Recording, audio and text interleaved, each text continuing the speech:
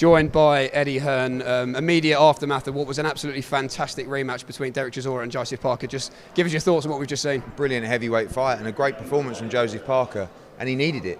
You know, he needed a performance like that. He needed to be conditioned like that because Chisora is a nightmare. How tough is he? I mean, at what point do you realise that if you dip down, you're going to eat an uppercut? He ate 500 of them tonight. How that fight went 12 rounds, I do not know. The toughness of Derek Chisora. And if Joseph wasn't conditioned like he was, if he wasn't as spiteful as he was, he would have got beat down the straight because Chisora would have made many fold in there tonight. And Joseph come out really spiteful as we thought he would, and it was a really good performance from him. And of course, massive respect to Derek Chisora, who is arguably the toughest man on the planet. When Joe looked like he had him hurt in the fight, which was on numerous occasions, that actually looked like when Derek was at his most dangerous, and he finished the fourth and the seventh round really strongly, actually. Well, he would back into the corner every time he got hurt. He's been doing that virtually his whole career, and looked to pot shot Joseph Parker and then launch his own attack. In fact, I think it was the 8th, 9th round where he looked like he was going to get stopped, maybe the 10th, and Howard Foster looked like he was going to jump in. And Chisora actually looked at Howard Foster and said, "Don't you dare." And he was waiting, to try and land something. He didn't stop trying. And that's the sign of a real warrior. Someone that's prepared to go out on their shield, someone that's prepared to get carried out of the ring, but will not stop trying to win. And that's why people love Derek Chisora. There will come a stage where you say, these fights are too tough. And maybe that's now. I mean, I just saw him there and he said, "Can we go again in spring?" I mean, he loves to fight. But that was, he's losing to top 5 heavyweights, top 10 heavyweights at worst. And he'll beat so many heavyweights out there. But he's involved in all these big fights. And as I said, Joseph needed to be at his very best tonight to win that fight. Joe said he'll leave it up to yourself and Andy for what 2022 might hold. In your mind, what do you believe could be some of the next moves for Joseph Parker? I think he's in a great position. And it's not just winning. Winning's great, but winning well in exciting fights means people want to watch you again. It means you put more bums on seats. It means you drive more subscriptions. And that's what Joseph Parker did tonight. He won in a great fight. There's a final eliminator out there with him against Filip Hrgovic to become the mandatory for the IBF world title. There's fights with Wilder, there's fights with Ruiz, there's fights with Ortiz. There's so many different fights out there for him. And we'll sit down with David Higgins and Joseph and Andy Lee. I think Andy Lee did a great job with Joseph Parker. And I think if he didn't do the job that he did, as I said, I think he would have got beat tonight. It was very eerie, wasn't it, for the first fight here in May, behind closed doors? What a difference the crowd made tonight. How was that atmosphere? It's one of the best atmospheres I can remember in Britain. We had 10,000 or so in tonight, and they were brilliant. Everybody was excited to be here. It made you realise how special British boxing is. We're a global business and we promote all over the world, but there's nothing like boxing in the UK. And tonight the atmosphere was sensational, and it deserved an atmosphere like that. We missed it so badly behind closed doors, and tonight you saw why. Just want to get your thoughts on some other fights on the card. The Chief support, a disappointing night for Jack Cullen, but a brilliant win for Kevin Sadger. I mean, I thought Jack was controlling the fight, boxing so well, and he just got hit with an absolute peach of a body shot. It's easy for us to say. I jumped forward and I said, "Get up," and he got up, and he just couldn't stay up. It was a good stoppage from the ref, and he went back to his knees, and he gave it everything. He should be proud because he took on a big puncher tonight at late notice when he was supposed to be fighting an easier opponent, but he wanted to win that European title. Jack Cullen will come again. A defeat for him means nothing. I say that, in the bigger picture.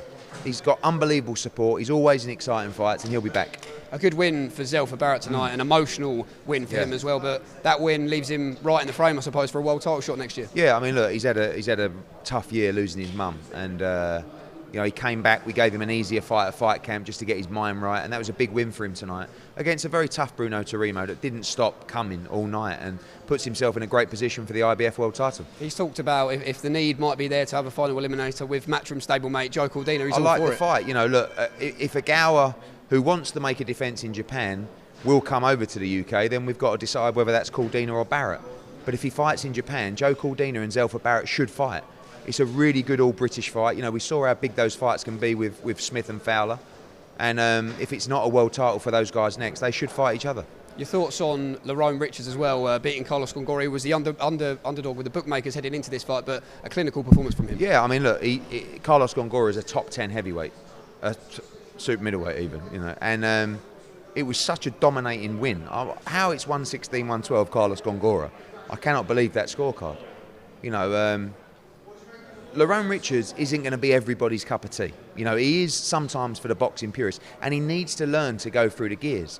But at the same time, how can you criticise a guy that's beating people like Carlos Gongora, going into the fight as the underdog, and beating a guy like that in convincing fashion, and someone that's still a relatively inexperienced in the pro game? So he's a tremendous fighter, but the crowd are going to want to see him go through the gears, and I felt he could have done that tonight. I actually felt he could have stopped Carlos Gongora late on, but he's still learning. It was a massive win. It looks like Canelo's going to move up and fight Ilunga Makabu. We're unsure what the fate of the belts might be at 168, but should they splinter, do you see Lerrone as being right in the frame now? He's going to be tough to beat. You know, he's not a name that's going to be on Benavidez's lips and, you know, Charlo's lips if he moves to 68, but he's a guy that's going to be very well positioned in the governing bodies. He's a guy that's still learning. And like I said, he's going to be a guy that's tough to beat. And he doesn't mind, he understands that he's not going to fill arenas. So he's therefore willing to step up, like he was tonight, and take risks. And when he takes those risks, I think he's going to be tough to beat. So, you know, it was a big win for him. You called on the Savage short notice, and that was a very tough night's work for him tonight. He probably shouldn't have boxed tonight. You know, he had COVID, I think, 4 or 5 weeks ago, whatever it was, and I don't think he's recovered properly. And he nearly come unstuck. You know, he took a huge left hand from a decent opponent, but he looked sluggish tonight. He didn't look as fit as he should be, and he needs to improve, because when we talk about Oscar Rivas and people like that, he won't beat Oscar Rivas with performances like that. But let's put it into perspective. 10 fights, 10 wins, 10 KOs.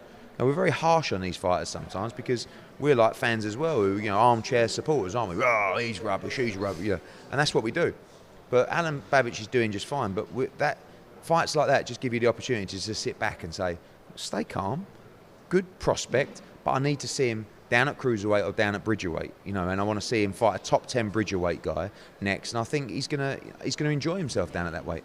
2 very early finishes from 2 of Andy Lee's young cruiserweight hopes, Jordan Thompson and David Nika and stuff. Were you impressed with both of them? Really good. I mean, Nika looked really Nika.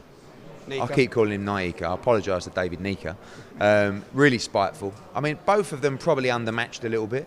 Jordan Thompson, late noticed opponent, 4-0, but wasn't good enough to share a room with him. Great knockout. And Jordan was a little bit disappointed with the opponent. And I said to him, enjoy those ones, because it's about to get tough. Jordan Thompson is going to be a star. Looks the part, can really fight, and so will David Nika. So good wins for those. Sandy Ryan looked nice and spiteful. Good win for Rhiannon Dixon as well. And, you know, onwards and upwards. I think it was a great night of boxing and a great way to finish the year. And just talk to me about 2021. It's been a brilliant year for boxing. Our first calendar year coming to an end, of course, since we signed exclusively with DAZN. But how do you reflect on 2021 as a whole? Amazing. I mean, 44 shows, you know, everywhere. We were in Mexico, Italy, Spain, America, Britain, Russia, Uzbekistan, Gibraltar. Yeah. I mean, it's been incredible. And in a pandemic, or coming through a pandemic, or going back to a pandemic, wherever we are right now, not just us, but everybody's done such a great job to keep boxing going.